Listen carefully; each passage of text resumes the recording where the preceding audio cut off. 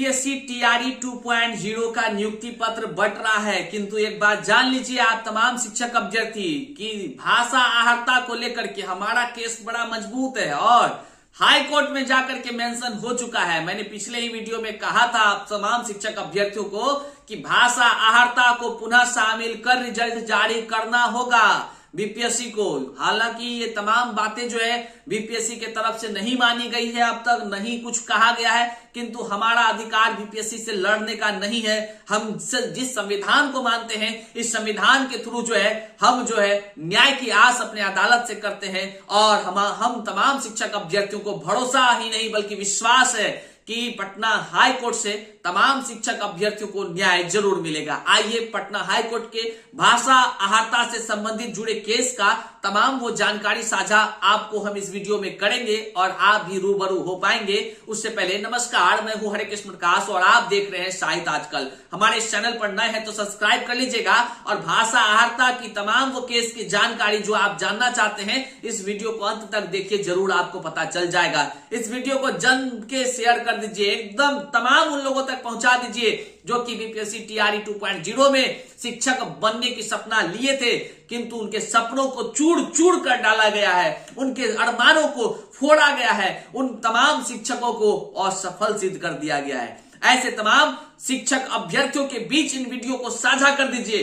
देखिए मैं जिस तरह बोल रहा हूं इसी तरह इसी जुनून के साथ आपको भी इस लिंक को फैलाना है ताकि आप भी अपना कर्तव्य कर सकें। हम तो अपना कर्तव्य कर ही रहे हैं। चलिए तमाम वो जानकारी से आपको रूबरू कराते हैं। अब तक जो पटना हाई कोर्ट में भाषा आहर्ता को लेकर के केस की बातचीत हुई है, चलिए हम आपको जानकारी देते हैं। देखिए साथियों, जिस प्रकार से बीपीएससी टीआरई 2.0 का नियुक्ति पत्र ढिंढोरा बजा बजा कर बांटा जा रहा है। ढिंढोरा बजा बजा कर कहने का मतलब है कि तमाम चीजें फ्लैश किया जा रहा है, हर जगह फ्लैश किया जा रहा है। इतने हजार शिक्षकों की हुई नियुक्ति, टीआरई 1 में इतने हजार हुए थे चयनित, बीपीएससी टीआरई 2 में देखिए इतने हजार लोग नौकरी मिल गया।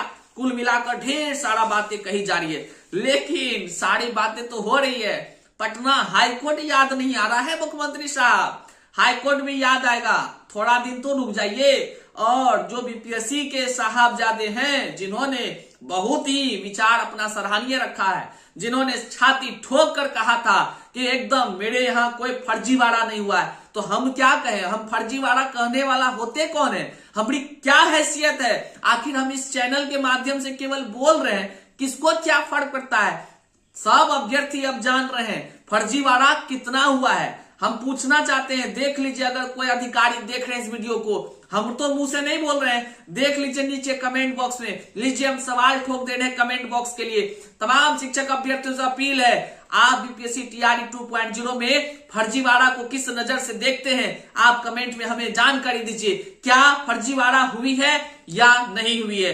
क्या ऐसे शिक्षक अभ्यर्थियों का चयन हुआ है जिसका कि नहीं होना चाहिए था, जो कि अयोग्य थे, जो कि जालसाजी किए, जो कि कहीं से भी एक शिक्षक का गुण धर्म उसके अंदर नहीं है? क्या आप ऐसे शिक्षक अभ्यर्थियों को चयनित होने पर फर्जीवाड़ा कहते हैं या नहीं कहते हैं? अगर कहते हैं तो क्यों कहते हैं? क्या आधार है आपका? आप कमेंट में हमें जरूर जानकारी दें। साथियों यूं ही नहीं बोलते हैं। और बीपीएससी के साहब जी जिस प्रकार से खेल के बीच में नियम बदले हैं, तो निश्चित तौर से याद रखिएगा, पटना हाई कोर्ट हो, जब हाई कोर्ट की बात होगी तो पटना हाई कोर्ट में हमारी जो केस है वो सर्वप्रथम वहां पर गिने जाएंगे। और जो हमारा केस का टोकन नंबर था हमने आपको पिछली वीडियो में दिखाया है। अगर आप अब तक नहीं जान सके हैं तो डिस्क्रिप्शन बॉक्स में हमारा टेलीग्राम का लिंक है, वहां पर हम रोज शाम में VC करते हैं समय समय पर। आप वहां से जुड़ जाइए और सीधे हमसे संवाद करेंगे VC के माध्यम से,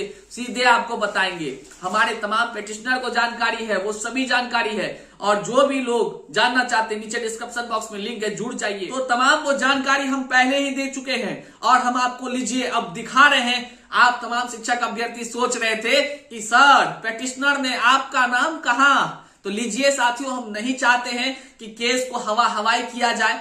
हवा हवाई का मतलब है आज का दुनिया जो है कि चंद्रयान 3 के स्पीड से चल रही है, दुनिया चल रही है। नहीं आप समझे या ना समझे, लेकिन दुनिया में हो रहे कुछ कार्यों को आप जरूर समझ रहे होंगे, जैसे टीआरई 1, टीआरई 2, पूरक परीक्षा का परिणाम 1, पूरक परीक्षा परिणाम 2, पूरक परीक्षा समझते हैं, पूरक परीक्षा ही हम कहेंगे। हालांकि टीआरई 1 के सप्लीमेंट्री रिजल्ट हुए हैं 2 बार, इसलिए हम बोल रहे हैं ऐसा।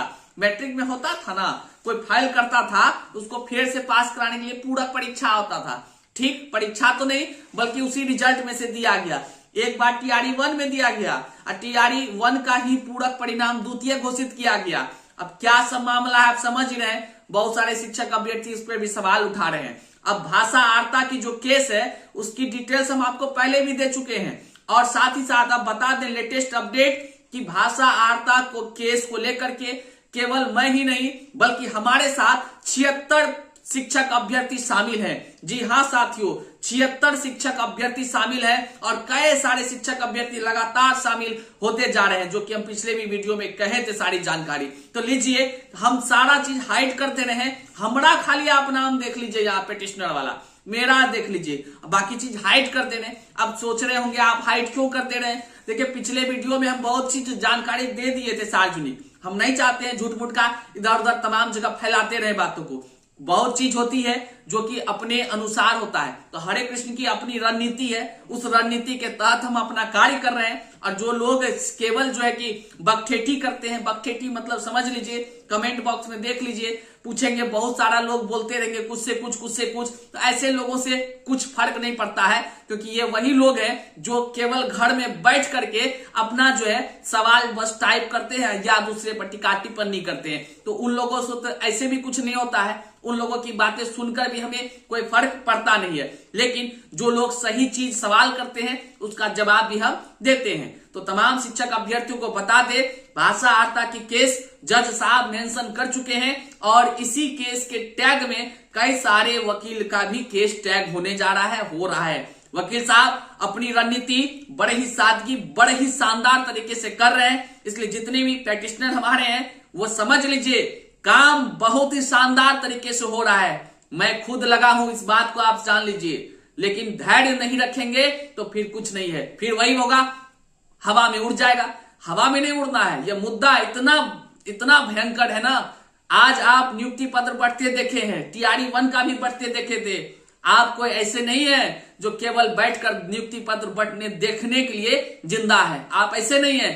आप एक ऐसे युवा हैं, आप ऐसे एक शक्ति हैं जिसके बदौलत सरकार बनती और सरकार गिरती भी है। अगर आप रो रहे हैं तो याद कीजिए वह दिन भी आएगा जब वो भी व्यक्ति रोएंगे और आपसे मांगेंगे, हुजूर हमको कुछ न्याय दीजिए, तो आप भी अपना न्याय अपने हिसाब से दीजिएगा। वर्तमान में आपके लिए हम संघर्ष कर रहे हैं। हमारे साथ 1-2 हाथ नहीं बल्कि 76 व्यक्तियों का हाथ है और साथ ही साथ लगातार लोग जुड़ते चले जा रहे हैं। और भाषा आर्ता जिस प्रकार से सुन करके रिजल्ट दिया गया, जिस प्रकार की बातें हुई है, वो तमाम बातें वकील साहब जो है बड़े ही शानदार ढंग से कोर्ट में बड़ा ही शानदार आपको जजमेंट देखने को मिलेगा।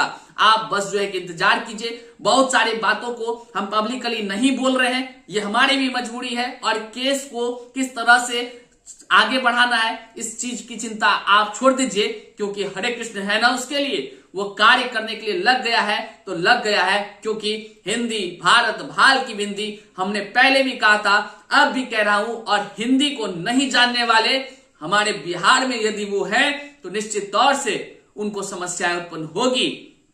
साथ ही साथ हम आपको बता दें, हिंदी हमारी शान है, हिंदी हमारी मान है, हिंदी से ही तो हमारी बढ़ती पहचान है। तो साथियों, आप चिंता ना करें, और आपको हम अब दिखा भी दिए कि देखिए पेटिशनर लिस्ट में हम जो है कि बाकी सबको हाइड कर दिए हैं, हमारा नाम आपको दिख रहा है। इस तरह बहुत सारी बातें हैं जो नहीं बोला जा रहा है। सीएनआर नंबर हो, टोकन नंबर हो, केस नंबर हो, सब चीज आ गया है। आप धैर्य तो रखिए। और जितने भी और भी वकील साहब सबके पास केस है, सब केस एकदम भूचाल मचा कर रख देगा। टीआरई 2 विज्ञापन के खिलाफ दिया है रिजल्ट और उसको हटाना पड़ेगा, भाषा आर्ता को शामिल करना पड़ेगा, चाहे जैसे भी करना पड़े।